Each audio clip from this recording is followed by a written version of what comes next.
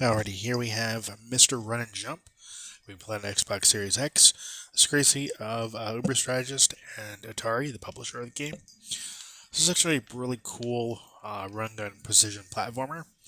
Now, this was actually brought out for the Atari 2600 as well as modern platforms, and this is a homage to the 2600 release, which I think is really cool. That this is the way the game starts out.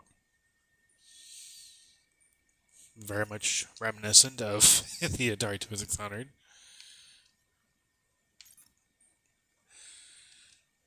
So the point of the game is to get your. You essentially have to chase your dog leap through various stages.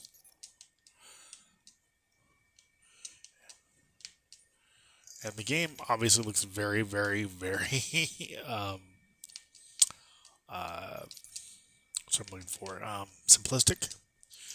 But I can assure you it is definitely not. Because it's the only level I'm aware of that's like this. It pays homage to the 2600 release.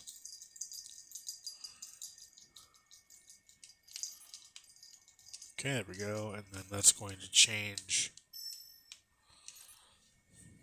the entire game.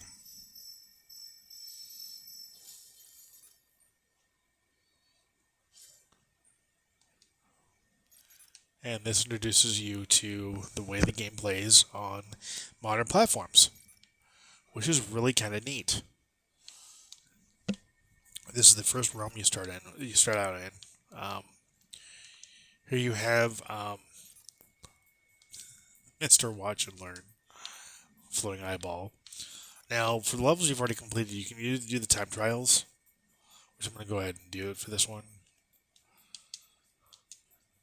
You have to collect the shards. If you collect the shards, all the shards in the level, you get to unlock a power orb. There is one orb per level. There's also, excuse me, there's one orb per level, and you have 3 power orbs per level as well. Now, in order to get to those power orbs, you may have to learn additional abilities before you can get to those rooms and get through those rooms. So it does encourage you to backtrack and play the levels you've already played. You have a double jump. You have a leap. You also have a roll, and then a long jump from the roll.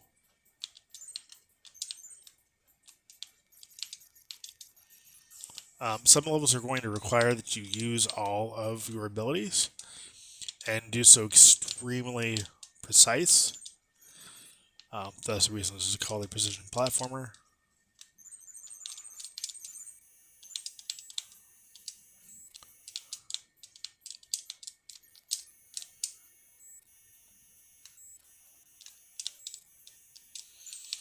Now, once you do a double jump, you cannot jump again.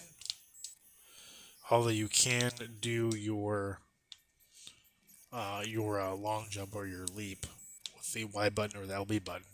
I'm not going to grab that orb though. I think I've already grabbed all the orbs for this level anyway.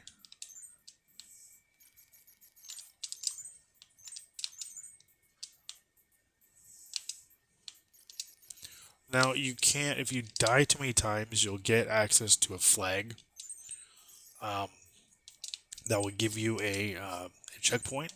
If I kept dying here, I'd actually get a flag that would allow me to go ahead and get you from this point.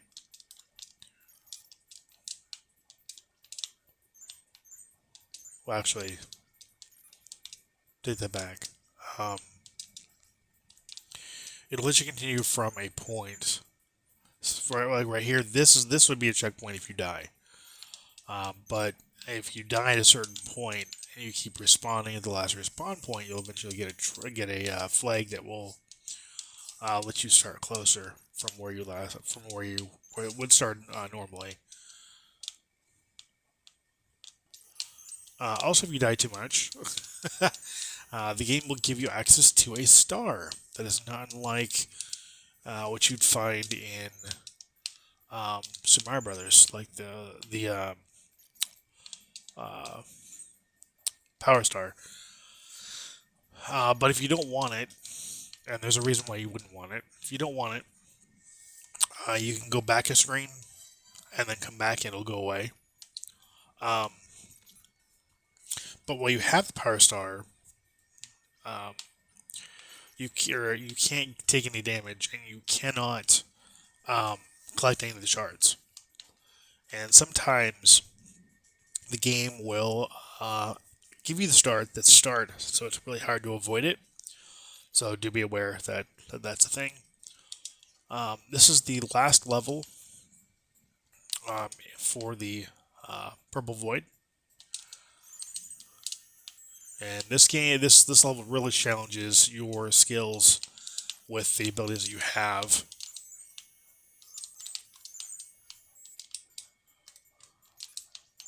So it'll also show you what power orbs you've already got, so you don't have to try to get them again, which is nice.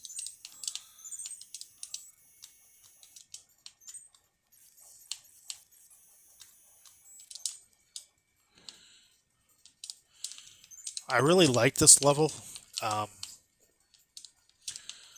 Once I was able to get through it, I realized how cool a level this is. But I spent a lot of time with this level because I kept trying to get all of the shards. I kept trying to get all of the power ups. It's extremely difficult.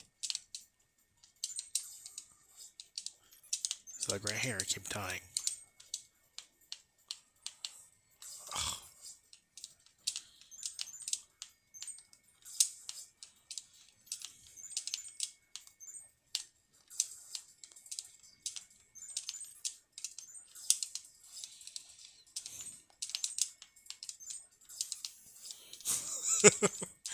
Told you this game definitely challenges you. Definitely puts the precision in precision platforming. And there's that invisibility star. I may actually just get that. I'm just gonna get that right now, so I don't have to worry about dying. This is what I mean. You can't get any of the shards while you have this, and then it resets. Oh,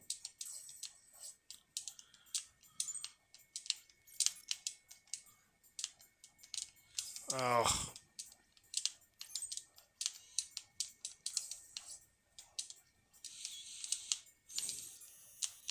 And then once you beat this level, you get access to the blue realm, which introduces a new enemy.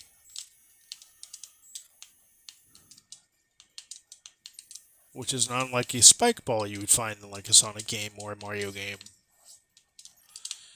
I like how each level introduces various enemies, and how they're not unlike other enemies you would encounter in other platformers. So it has a sense of familiarity.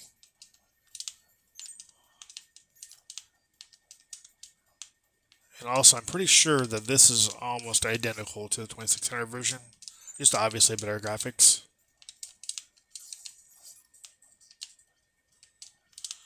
Oh, cool. Okay. It also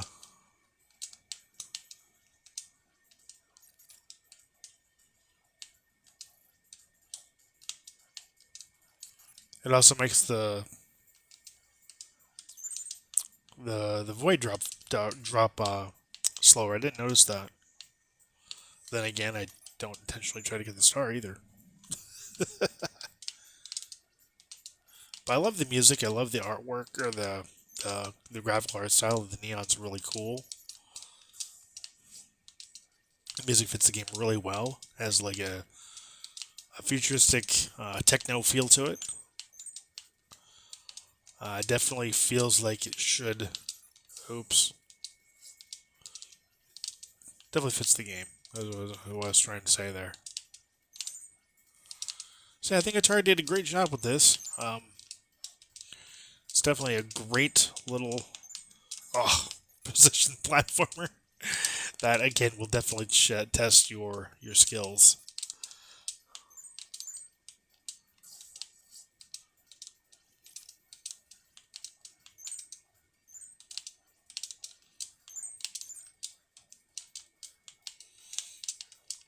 sheath. There we go.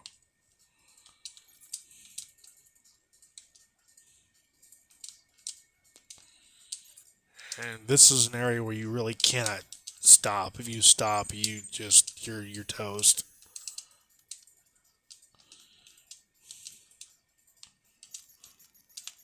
There we go. Alright, now goes on to the blue void, or the blue realm. The blue realm's right here.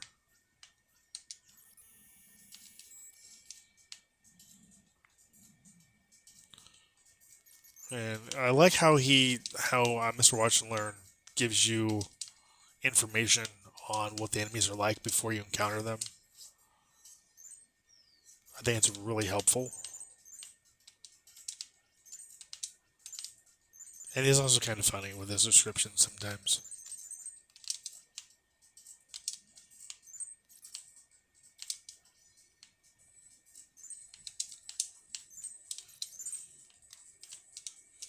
So yeah, if you guys are looking for a precision platformer, you guys definitely gotta check this game out. This game is a lot of fun.